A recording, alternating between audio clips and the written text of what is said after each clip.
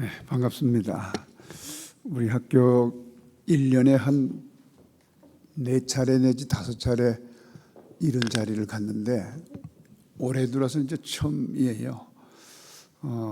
첫 입학 설명회를 4월에 하니까 늘 그렇게 많이 오시지는 않지만 분위기는 좋은 것 같습니다. 오늘 꼭 좋은 의미 있는 시간이 되기를 기대하겠습니다. 되게 요즘은 뭐 됐고 얼마인데 이렇게 이제 얘기하잖아요. 네. 그리고 뭐 하겠다는데 이제 이렇게 하지만 사실은 왜 하는 것인지를 먼저 이해하는 게 굉장히 중요하거든요. 그래서 오늘 저는 왜 이런 학교를 만들었고 또 앞으로 어떻게 발전을 시킬 건가 하는 것들을 여러분하고 길지 않는 시간에 꼭 나누어야 되겠다. 또 학교를 설립한 처음의 목적대로 잘 안 가는 경우도 많습니다. 현재는 제가 살아 있으니까 아마 원래 하려고 했던 그 방향으로 잘 갈 수 있을 거라고 기대하면서 여러분하고 주어진 시간 좀 나눠보도록 하겠습니다. 1998년에 한미 청소년 영어 캠프 이런 식으로 처음에 이 교육에 대한 출발점이 시작이 됐어요. 제가 이제 군인 목사로 한 10몇 년 군에 있었는데 마지막 근무했던 데가 미 8군에 있었어요. 8군에 있으면서 이제 그 당시는 지금하고 조금 국제 정세나 이런 조금 달랐지만은 틀림없는 것은 뭔가 지금 이런 식으로 우리 아이들을 교육해서는 이런 국제관계 속에서 과연 역할할 수 있을까 하는 생각이 들면서 내가 할 수 있는 그런 국제적 교육을 한번 시도해봐야 되겠다 이렇게 한 건데요. 그러다가 이제 세월이 흘러서 5년 후에 2003년에 강원도 횡성군에 있는 조그마한 수련장에서 이제 학교라고 하는 이름으로 출발을 하게 됩니다. 그러다가 이제 그 이듬해 2004년도에 여기 학교가 부분적으로 준공이 되면서 여기서 이제 자리를 잡게 된 거죠. 캠퍼스가 사진보다는 좀 못해요, 사실은. 네, 그런데 어쨌든 이제 사진으로 찍어 놓으면 저렇게 근사하게 설명이 되고요. 음성 캠퍼스를 개교한 지 7년 만에 문경 캠퍼스가 저렇게 또 개교가 됩니다. 굉장히 빠른 속도로 이게 사실 기적이에요. 왜냐하면 삼성이나 현대가 도와준 적이 없거든요. 그리고 국가가 도와준 적도 없고 정말 흔히 말하는 개미 군단, 엄청나게 많은 사람들이 작은 비용들을 헌금을 해서 저런 수백억짜리 학교들이 만들어지는 거예요. 이건 정말 하나님의 역사가 아니면 이런 일이 벌어질 수가 없는 거죠. 그리고 문경 캠퍼스 개교한 이후에 4년 만에 미국 캠퍼스가 또 개교가 되고요. 그리고 또 5년 만에 세종 캠퍼스가 개교가 돼서 현재는 4개의 캠퍼스가 있습니다. 그리고 세월이 그동안에 꽤 흘러가지고 한 20여 년 지나는 사이에 우리 학교를 졸업한 학생들이 한 2,000명 정도 돼요. 2,000명 학생들이 정말 전 세계에 다 나가 있어요. 이 학교를 9회로 졸업했나? 그 친구가 지금 5월 18일이니까 얼마 안 남았잖아요. 그 날짜도 5.18인데 프랑스 남자를 데려와서 결혼하겠다고. 이런 일이 정말 학교 이름 그대로 아이들이 전 세계에 나가가지고 기가 막힌 역할을 하면서 우리가 기대하는 것 이상의 그런 역할을 해주고 있습니다. 흔히 말하는 이제 모토라 그러잖아요. 평범에서 비범으로. 그리고 다 영재성을 추구하는데 저는 그건 그렇게 바람직하지 않다고 봅니다. 비범성이 더 중요하거든요. 비범성이라고 하는 것은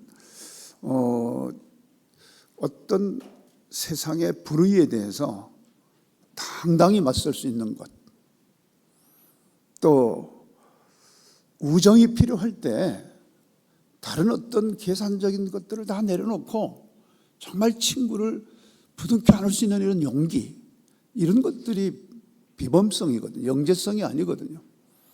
다들 영재가 되려고 하니까 세상이 어쩌면 미쳐 돌아가는지 모릅니다. 그래서 저희 학교에서는 이 상위 3%에 해당되는 그런 아이들을 대상으로 동기부여가 이미 충분히 된 아이들을 데리고 교육 결과를 내는 것은 누구나 다 할 수 있는 일이에요. 가령 예를 들면 뭐 어떤 학교는 아이들이 이 취침 시간에 막 화장실에 들어가서 라이트 켜놓고 공부하고 그런 학교가 있다는데 우리 학교 애들은 그러면 짜증내고 난리 납니다. 네. 그러니까 그런 그냥 보통 애들이에요. 보통 애들이 곳에 와가지고 어떤 새로운 도전을 받고 내적인 변화를 일으키면서 야, 내가 진짜 공부는 해야 되겠구나 이런 생각을 바꾸면서 너무나 멋진 친구들로 바뀌는 것이 바로 비범성이거든요. 그래서 학교는 평범에서 비범성으로 이렇게 모토를 정하고 그렇게 교육을 하고자 합니다. 제 개인에 대한 얘기는 작년에 CTS라고 하는 기독교 방송에서 불러서 이렇게 간증 좌담하는 프로에 나갔는데 혹시 여러분 조회해 보면 나올 겁니다. 자, 학교를 왜 설립하려고 했는가는 여러 가지 얘기들을 많이 나중에 여러분들이 진짜 학부모가 되시면은 이제 더 충분한 시간, 널널한 시간을 가지고 이제 이런 걸 나눌 수 있는 시간이 따로 있습니다. 근데 그 당시에 이제 1997년도에 IMF 사태라고 부르는 그때 굉장히 저도 고민을 합니다. 왜냐하면 기업이 줄도산을 하고 선진국의 자본이 우리 자본을 잠식하고 우리 기업들은 기업 사냥꾼들에 의해서 완전히 합병 인수가 되고 아주 억울한 상태를 많이 만들어내는데 국가가 해줄 수 있는 건 없고 하는 이런 상황을 지켜보면서 야, 이게 이제 드디어 글로벌 경쟁 사회로 우리 국가도 내몰리게 되는데 여기에 대한 인재를 과연 준비하고 있었는가? 머리 좋고 똑똑한 사람들은 다 산속에 들어가서 고시공부나 하는 이런 나라가 되면은 과연 글로벌 경쟁력을 가질 수 있는 그런 경쟁력을 갖춘 인재를 기를 수 있을까? 뭐 이런 고민을 하면서 당시에 저도 교육 전문가가 아니잖아요. 그렇지만 그런 고민을 나름 목회자로서 깊이 했습니다. 한번 한반도의 사진을 보십시오. 여러분이 다 본 사진이지만 북한은 분단 70년 만에 완전 암흑의 나라가 됐어요. 상징적 표현으로도 암흑의 나라지만 실제 저렇게 야경을 보면 불 꺼진 나라가 현재 북한이잖아요. 또 제일 오른쪽 사진을 보면은 이게 이제 남한은 다 초록으로 뒤덮여 있는데 북한은 고원지대 외에는 다 민둥산이에요. 가운데 있는 모습이 산들의 모습입니다. 우리나라는 영화 촬영을 위해서 일부러 저렇게 만들지 않고서는 저런 산이 없어요. 그러니까 이런 상황 속에서 한반도가 통일이 된 이후에 이 어마어마한 국가의 반쪽을 개발한다고 했을 때 기본 산업 인프라를 만들고 또 현재 남쪽의 수준 한 절반 정도로 개발하는 과정도 수십 년이 걸리는데 이 어마어마한 개발 이익을 과연 우리가 지켜낼 수 있을 건가? 제가 지금 세종에 살거든요. 세종이 아직도 40만이 안 되는 작은 도시예요. 그런데 이 세종이 지금 정권이 몇 번 바뀌면서 개발되는데 40만 명도 채 안 되는 도시를 하나 만드는 것도 이렇게 어렵고 지난한 과정을 거치면서 형성이 돼요. 그런데 북한 전체 우리보다 적어도 국토가 한 20, 30% 더 큰 국토잖아요. 그 국토를 정말 우리가 원하는 수준으로 개발해 가는 과정에서 우리 주변에는 일본, 러시아, 중국, 태평양 건너 미국 적어도 이 4개의 국가가 우리 운명줄을 쥐고 있는 나라들이거든요. 이런 나라들의 어떤 이권 속에서 이 나라를 지켜낼 수 있는 그런 인재를 과연 기를 수 있을 것인가 하는데 나름 숙제를 가졌어요. 그래서 뭔지 모르지만 반드시 새로운 어떤 국면에서 나라를 지켜낼 수 있는 그런 인재를 길러야 되겠다, 이런 생각을 나름 하게 된 겁니다. 북한의 그 처참한 모습을 보면 더더욱 이제 그런 생각이 들고, 그래서 우리 학교에서는 이제 매주 월요일마다 북한에 대해서 정보를 제공해주고 우리 학생들이 거기에 대해서 마음을 갖게 하고 또 기도하고 하는 이런 시간들을 이제 갖고 있죠. 그 다음에 이제 실제 교육 현장이에요. 실제 교육 현장, 지금 20년이 넘었는데 제가 보기에는 그때나 지금이나 크게 달라지지 않은 거예요. 그때 고민했던 그 고민이 교육 현장에서 지금 똑같이 고민할 뿐만 아니라 또 다른 고민할 문제들이 또 생겼어요. 최근에 보니까 2022년도 고등학교 학교폭력 피해 빈도를 보니까 거의 매일 피해를 당하는 아이들이 32%나 돼요. 여전히 그런 거예요. 학교 현장은 바뀌지 않은 거예요. 또 학교 폭력 유형별 실태를 보니까 언어 폭력이 여전히 3분의 1 정도. 청소년 연구원에서 이제 아이들이 누가 욕을 하는가 하고 조사를 했어요. 공식적으로, 정책적으로. 욕을 안 하는 아이들이 2%예요. 욕을, 나머지 애들은 욕을 하는 거예요. 뭐 씨발 달고 다니는 거예요, 그냥. 네. 그런데 욕 안 하는 애들은 어떤 애들인가? 혹시 저는 GBCS 때문에 그게 2% 잡혔나? 그런데 알고 봤더니 말이 없는 애들이에요, 걔들은. 네. 그러니까 사실상 말하는 애들은 다 하는 거예요. 욕을 다 하는 거예요. 근데 이게 뭐 우리가 이제 그걸 어떻게 컨트롤 할 수가 없어요. 뭐 잔소리 할 수도 없는 상황까지 지금 아예 그냥 국어 사전을 이제 바꿔야 돼. 다 바꿔야 돼요. 이제 그럴 상황까지 와 있단 말이에요. 그러니까 이런 이 언어적인 폭력적 또 욕설 이런 것들이 정서의 상처기를 굉장히 많이 내거든요. 그러니까 이게 지금 우리도 모르는 사이에 아이들이 가시덤불에 던져진 거예요. 또 집단 따돌림, 스토킹, 신체 폭력, 요즘은 사이버 폭력이 더 심화됐지요. 다 이걸로 또 문자로다가 뭐 엄청나게 시달리잖아요. 또 응답 안 하면 씹는다고 뭐라고 그러고, 또 응답하면 또 막 더 그러고, 이런 상황 속에 지금 아이들이 놓여져 있는 거예요. 그러니까 정서적인 학대가 교육 그 환경 상황 자체가 그런 거예요. 그러니까 자꾸 아이들이 자살하려고 그러고 뭐 긋고 이런 아이들이 세계에서 유례를 찾아볼 수 없을 만큼 그런 상황인 거잖아요. 그래서 왜 도대체 그러냐 물어봤어요. 왜 그러냐 물어봤더니 특별한 이유가 없다가 36%요. 이유 없이 그런 거예요. 뭐예요? 본인도 정서적으로 너무나 핍절되어 있기 때문에 그렇게 어떻게 공격적 성향을 그냥 갖고 있는 거예요. 자기도 모르는 거 왜 그러는지. 이런 상황입니다. 그래서 여기 아마 공립학교에서 교원의 역할을 하고 계신 분들이 더러 와 있을 수도 있는데, 생각보다 저희 학교에 일반 학교 선생님 자녀들이 꽤 많아요.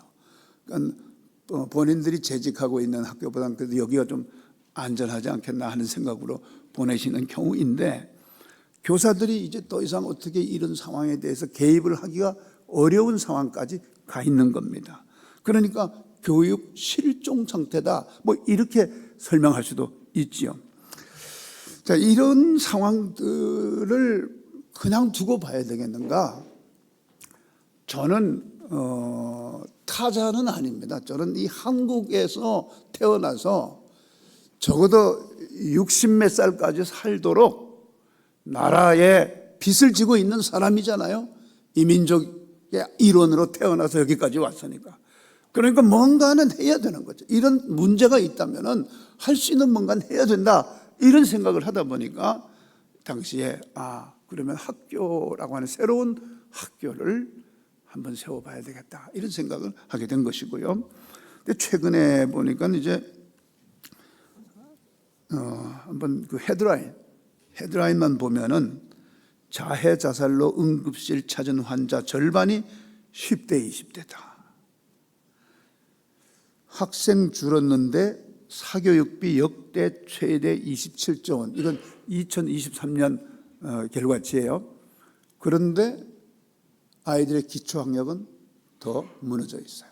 돈은 많이 쓰고 그러는데 아이들의 기초학력은 더 떨어지고 있고. 왜 그러냐면 학습을 방해하는 게 더 많은 요소로 지금 작용하는 게 많거든요.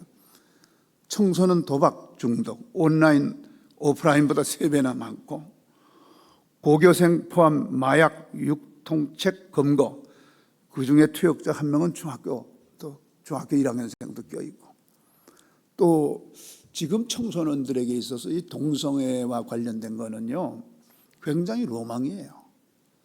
이것이 주는 얼마나 삶이 피폐해지는지에 대해서 하나의 권리로 주장할 수 있는 그런 측면이 있다 손 치더라도 그것이 주는 삶을 파괴하는 정도는 너무 심각하거든요. 그런데 이걸 그냥 일반적인 또 하나의 가치로 받아들이는 거예요. 경계가 허물어진 거죠. 이러니까 이제 이게 또 다른 측면에서 보면 뭐 정치적 측면도 있고 여러 가지 측면이 있어서 이런 이야기를 자유롭게 하기도 거북스러운 그런 상황이 돼버렸어요. 그런데 마치 그런 거죠. 계속 가면 낭떠러지인 걸 뻔히 알면서도 그걸 말리지 못하는 그 이상한 발묶인 상황, 이런 걸 느끼는 거예요. 그래서 낭떠러지에 애지간히 사는 우리는 떨어지더라도 앞으로 살 날이 많은 이 다음 세대에게는 누가 뭐라 하더라도 이런 부분을 정확하게 가르쳐줘야 된다 하는 것이에요. 그런데 공교육 상황에서는 제대로 가르치기 어렵습니다, 이미. 그래서 저희 학교는 이러한 가치적 문제도 분명하게 가르쳐야 된다, 이렇게 보는 것입니다. 그 다음에 학교가 뭐 공부시키는데 이런 생각을 갖고 있지만 저는 특히 이 초, 중고 중에서 중고, 이 정서적으로는 이제 사춘기가 껴있지 않습니까? 감수성이 가장 예민해지는 그 시기, 또 신체적인 발달과 발육이 가장 활발하게 진행되는 이 시기에 아이들이 신체적으로 건강해지는 것을 우선 삼아야 된다고 보는 거예요. 딴 거 다 중요하지만. 그래서 오면 태권도를 최소 2단, 3단 따게 하는 거예요. 어떤 아이들에겐 태권도가 신나는 일이지만 대부분의 아이들에겐 태권도가 사실 쉽지 않은 종목이에요. 그렇지만 그렇게 하는 여러 가지 이유가 있는데요. 우선 태권도를 통해서 우리가 잘 가르치기 어려운 아이들의 기본적인 그 자세를 잘 가르칠 수가 있어요. 태도를. 태권도는 어쨌든 차렷 자세가 필요하고 또 경례를 해야 되고 상호 존중해야 되고 하는 이런 기본적인 태권도 정신이 있습니다.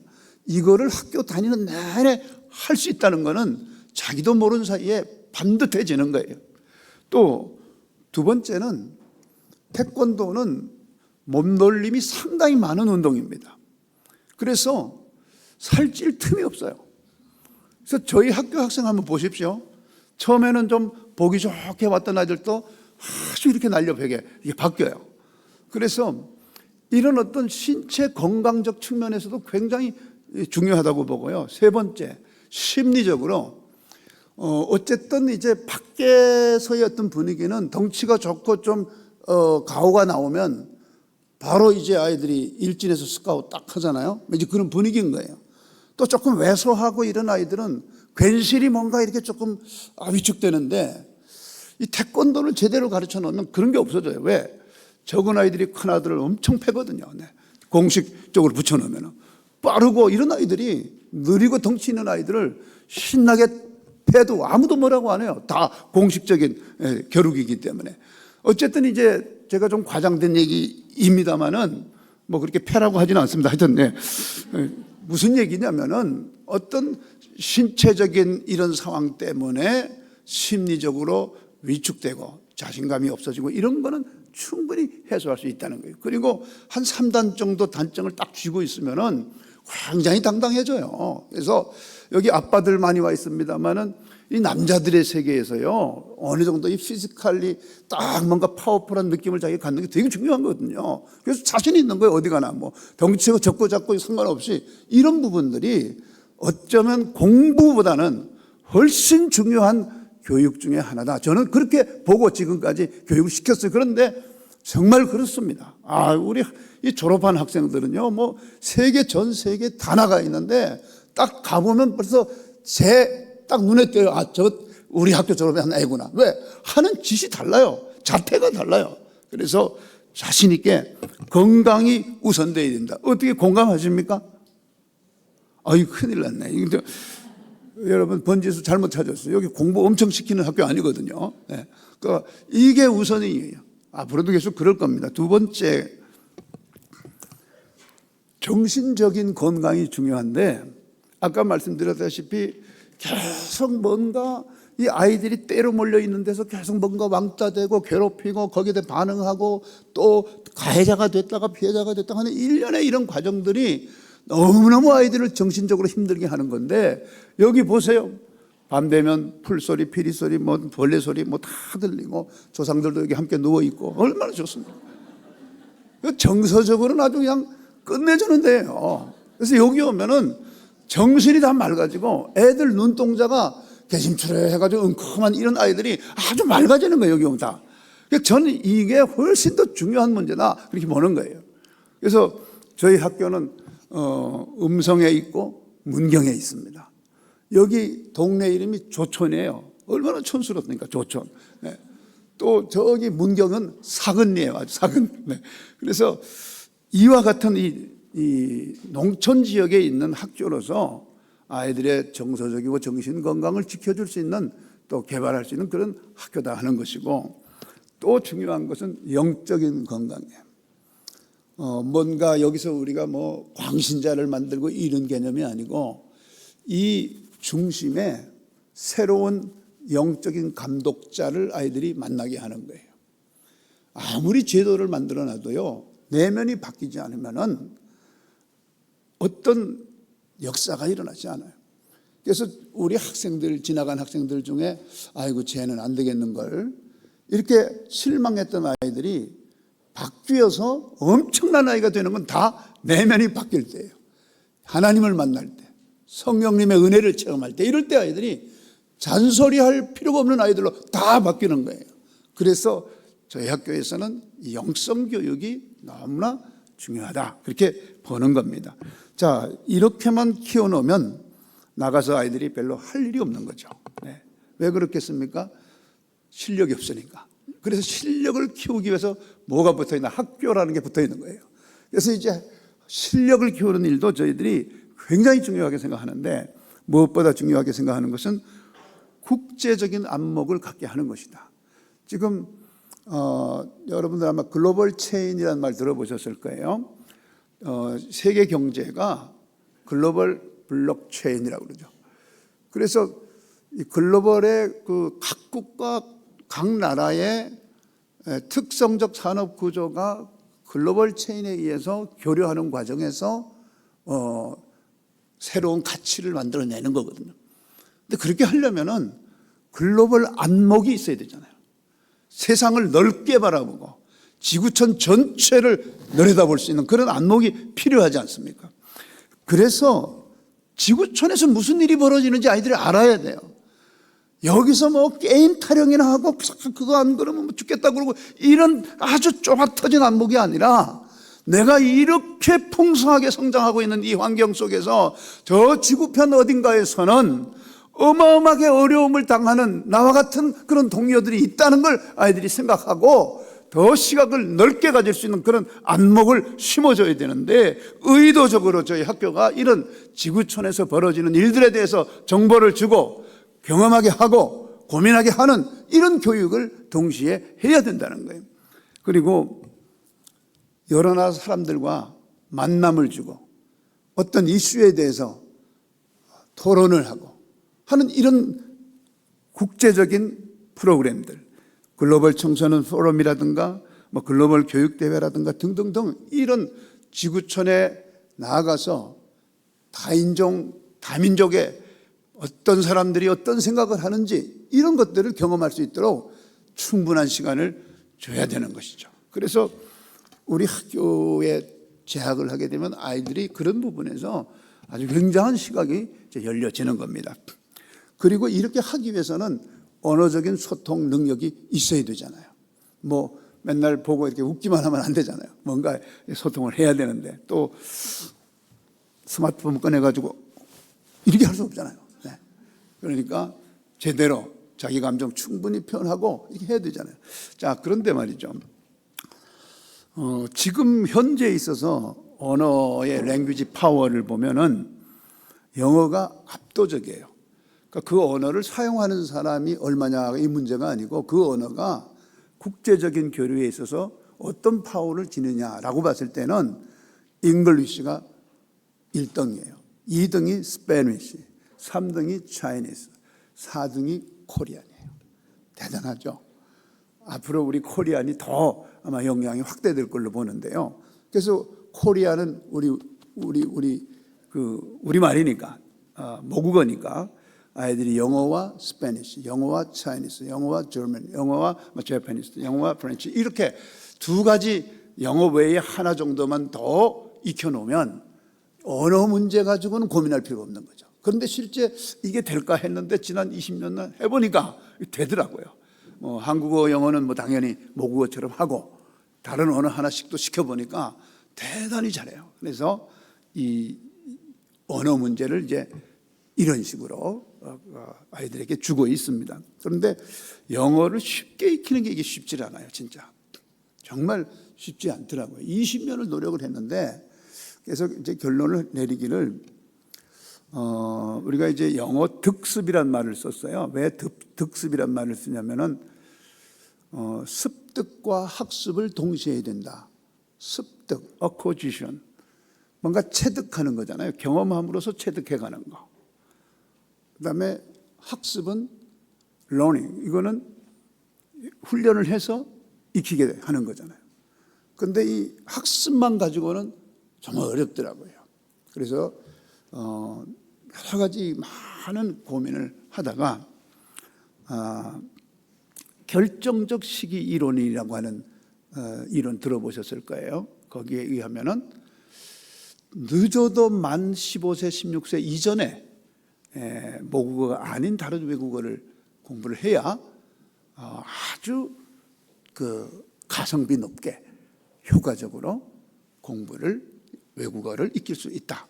그래서 이제 우리 학교에 학생들이 오면은 7학년 때 오면 1년 동안 미국에 가서 원어민들하고 같이 어울리게 했는데 처음에 몇 년 동안 오자마자 아이들을 미국에 보냈더니 이게 공부는커녕 그냥 같이 아이들이 집단으로 생활하는 훈련도 안 돼 있지. 또 엄마 보고 싶다고 징징대지. 이러니까 이게 공부는 둘째치고 그런 거 관리하다 시간 다 끝나요. 그래서 이제 새로운 정책으로서 여기에 와서 한 학기 정도 공동체 훈련도 하고 그렇게 하면 좋겠다 해서 지금은 이제 한 학기 하고 나머지 1년을 미국에 가서 그리고 미국에 기왕 가서 하는 거 저희가 미국에 캠퍼스가 있잖아요. 그런데 미국 캠퍼스에 미국 아이들 7학년들이 한 3, 40명밖에 안 돼요. 근데 우리 아이들이 한 100여 명 가잖아요. 음성문경. 걔네들이 한국말을 배워요. 우리가 영어를 배우는 게 아니고. 그래서 장점도 많지만은 조금 여러 우리 자매 학교에다가 소수씩 이렇게 홈스테이를 시키면서 관리 시스템을 충분하게 만들어서 하는 게 더 좋겠구나. 이따가 아마 따로 설명을 여러분들에게 할 겁니다. 그렇게 하는 걸로 해서 지금 파트너 학교를 한 17개 내지 한 20개 정도 선정을 해서 진행을 할 건데요. 아마 따로 여러분들에게 말씀을 또 드릴 겁니다. 그 다음에 우리 학교 특징은 아마 학교에서 자세한 건 다 설명하겠지만 STEAM 융합 교육이에요. Science, Technology, Engineering, Arts, Mathematics. 그러니까 우리말로 하면 문이과 예술 융합 교육 그런 뜻이거든요. 간단히 예를 들면 이제 자, 이 물병을 하나 설계를 하는데 여기 물병이 굉장히 이렇게 재밌는 무늬도 넣어야 되잖아요. 또 이렇게 굴곡진 데도 있고, 자, 이런 것들을 표면을 선으로 보고 말하자면 이 표면의 크기라든가 이 올록볼록한 이런 것들은 다 수식으로 나타낼 수가 있어요. 미분을 해서. 또 이 용적, 이것은 적분을 해서 수식으로 나타낼 수가 있어요. 자, 그다음에 이 물병이 어디에 쓰이느냐, 이렇게 많은 사람들이 쉽게 던져서 혹 떨어뜨려도 괜찮을 정도면 재질을 플라스틱으로 해야 되고 뭐 등등. 그런데 굉장히 격조 있는 어떤 만찬, 뱅퀴 뭐 이런 데 쓰여질 것들은 이런 거 놓으면 안 되잖아요. 그러면 뭐 세라믹으로 된 그런 것들 뭐 이렇게 해서 물병 하나가 만들어지는 과정 속에서 필요한 많은 영역의 지식들이 있어요. 이런 것들을 또 디자인하려면 예술적 지식도 있어야 되잖아요. 그래서 이러한 관점으로 문제를 해결해가고 설계하고 판매해보는 것까지를 포함한 이런 일련의 교육 과정을 스팀 교육이라고 그래요. 그래서 아이들이 융합적 사고가 생길 수밖에 없습니다. 근데 왜 우리나라에서는 이걸 안 하냐면 입시하고 상관이 없어요. 입시에 도움이 된다고 생각하지 않기 때문에 이게 좋은 교육이라는 걸 알면서도 안 하는 거예요. 근데 저희는 합니다. 그랬더니 다른 나라에서 좋은 학교에서 이렇게 교육받은 아이들을 데려가겠다 해서 요즘 성과를 많이 내고 있어요. 그래서 앞으로도 특별히 우리 이 음성 캠퍼스에서 스팀 융합 교육이 계속해서 자리를 잡아서 잘 할 거라고 생각합니다. 또 요즘 대학교 선생님들이 이 문해가 안 되는 아이들이 너무나 많다. 뭔 얘기인지 알아듣지를 못한다는 거예요. 그래서 독서량이 너무 부족한 거죠. 사실 여러분 입시 준비하려고 그러면 아이들 책 읽을 시간 없어요. 그러니까 우리는 적어도 우리 학교에서 중학교, 고등학교 과정을 거칠 때까지 영문도서, 국문도서 해가지고 200권은 읽고 나가야 된다. 그래서 학교에서 아마 굉장히 이걸 아주 강조를 합니다. 사실 여러분 책만 제대로 읽어내면은요 수능시험 이런 거 상관없어요. 그 아이의 삶은 제 생각에 뭐 거의 준비가 잘 됐다고 볼 수 있습니다. 그렇기 때문에 학교에서 이런 독서 200 운동이라든가 또 학습에 대한 포기를 중2 때 이미 수포자, 공포자, 영포자 비율이 70%예요. 그러니까 중2 되기 전에 애들 공부 포기해버리는 거예요. 그러니까 이게 되겠습니까, 여러분? 나머지 애들은 아무리 학원 보내봐야 이러면 다 헛거예요. 그러니까 우리 학교에서는 이런 근본적인 공부를 왜 해야 되느냐, 이 문제를 해결해 주면은 애들이 포기하지 않는다는 거죠. 그래서 이런 부분이 바로 책을 읽고 안목이 넓어지고 거기서 이유를 찾고 하는 이런 선순환의 과정이 벌어지고 있다는 것입니다. 자, 그다음에 이제 처음에 한 15년 전만 해도 애들 보면 자꾸 싸가지 없다고 그러고 뭐 우리 때는 안 그랬다고 그러고 뭐 막 그런 얘기 참 많이 했거든요. 근데 이제는 그런 얘기 할 계제가 안 돼요. 다 그게 주류이기 때문에, 다 그렇게 하기 때문에. 그러기 때문에 오히려 약간의 애리튜드, 태도만 잡혀 있어도 굉장히 훌륭해 보이는 거예요. 이게 이제 틈새인 거예요, 오히려. 애들이 다 풀어져 있으니까 그 조그만 아이들을 잡아주면 굉장한 멋진 모습으로 보이는 거잖아요. 그래서 저희가 바람직한 태도 습관을 우리 학교 졸업할 때까지 특히 중학생 때 잡아줘야 된다 해가지고 여기 지금 나와 있는 것 쭉 보이시죠?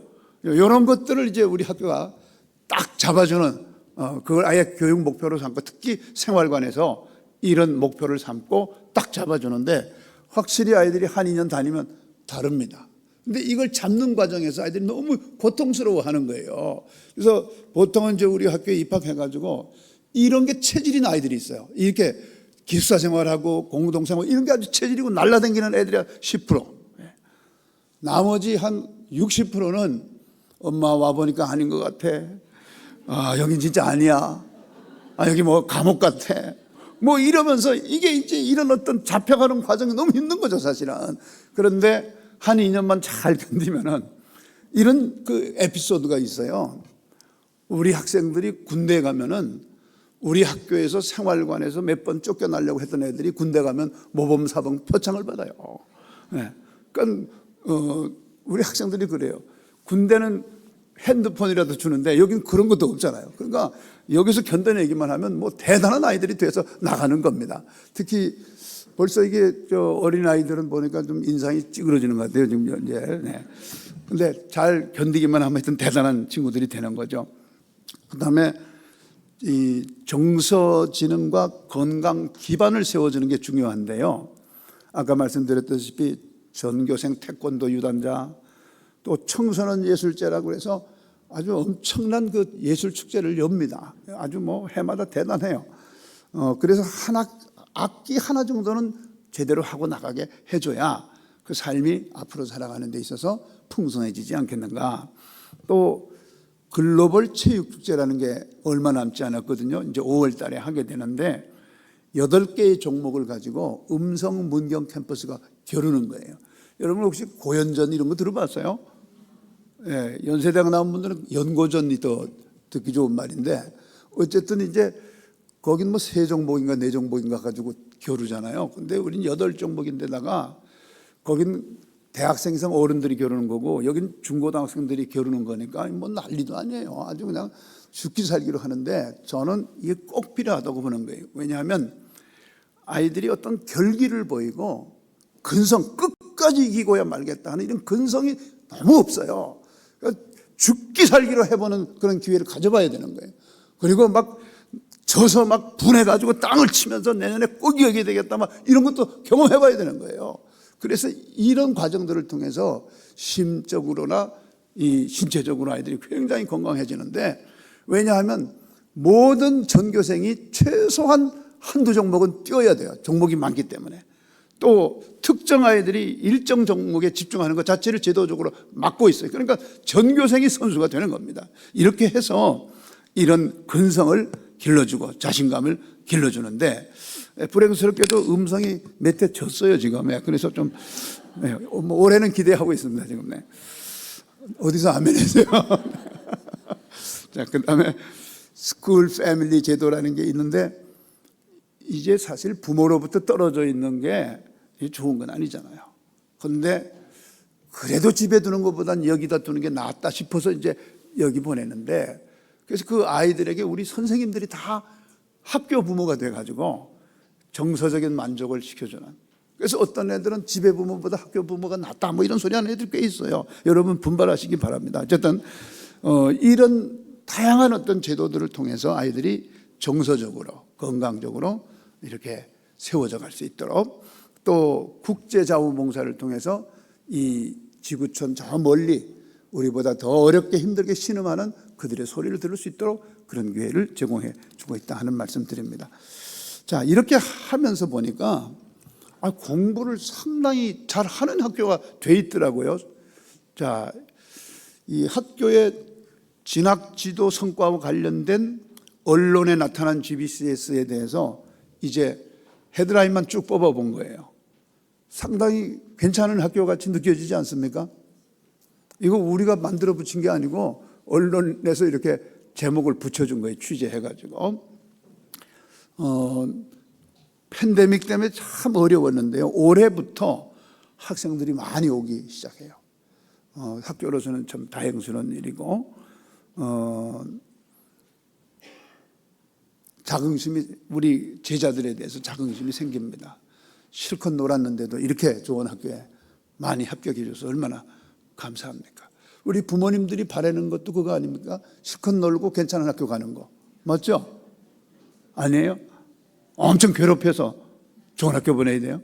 아니잖아요. 실컷 놀게 해주고 학교도 좋은 데 가고 얼마나 좋습니까? 그렇게 교장 선생님 마음이 무거우시죠? 이런 얘기 들으면 그래도 우리가 해낼 겁니다. 꼭 해내야 됩니다. 이게 교육 혁신이다 그렇게 보는 것입니다.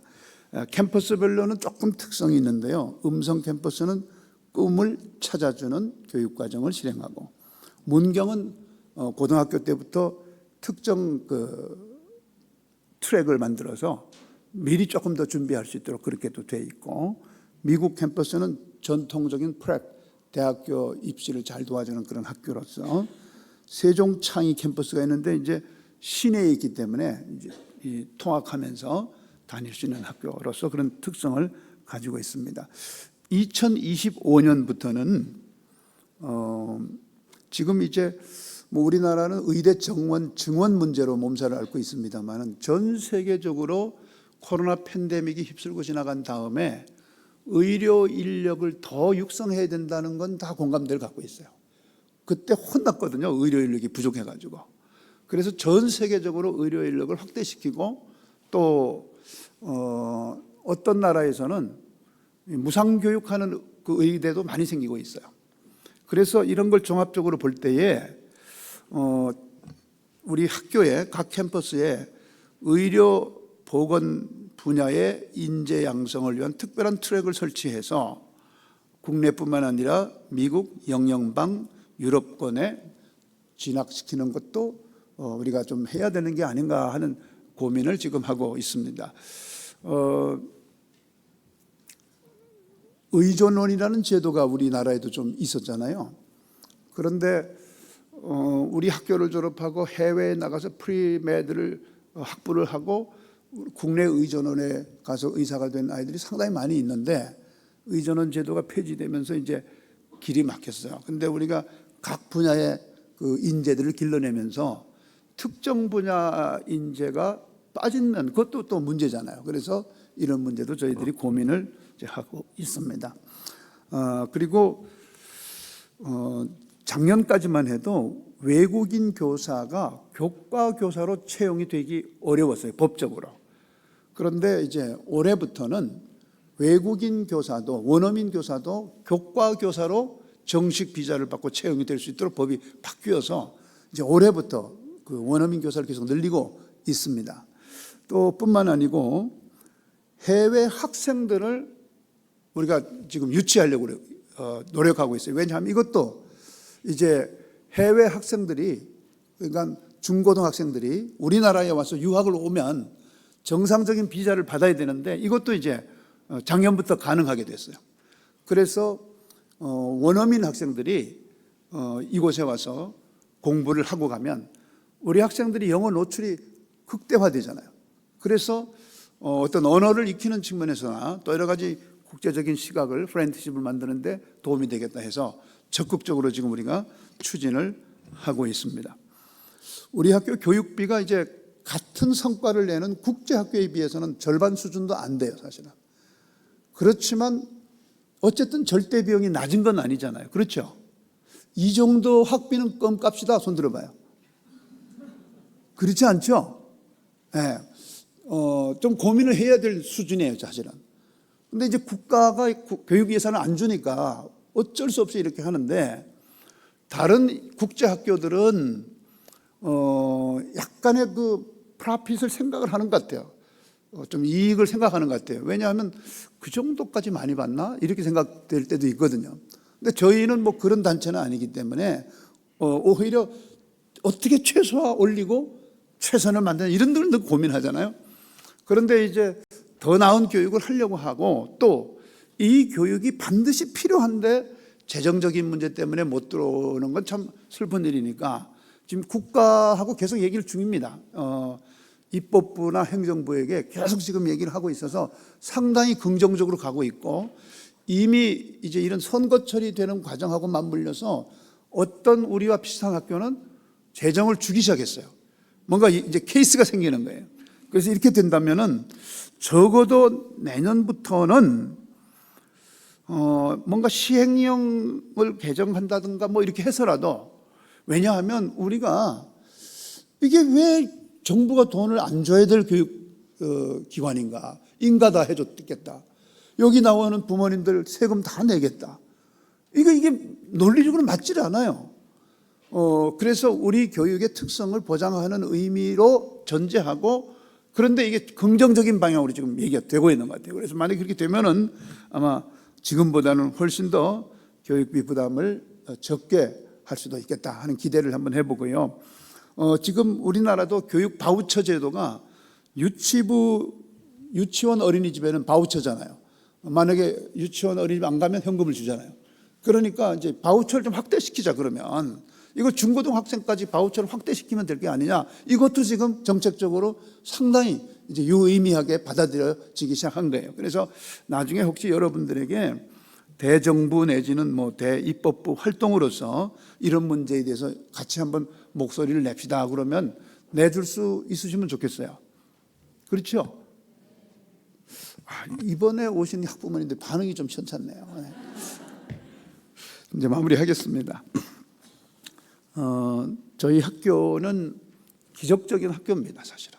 그래서 20년 동안 정말 어려운 가운데서도 하나님께서 이렇게 나름의 교육 결과를 만들어 주시고 이렇게 한 것이 몇 가지 이유가 있는데 그 중에 하나가 우리 부모님들과 함께 세워가는 학교예요.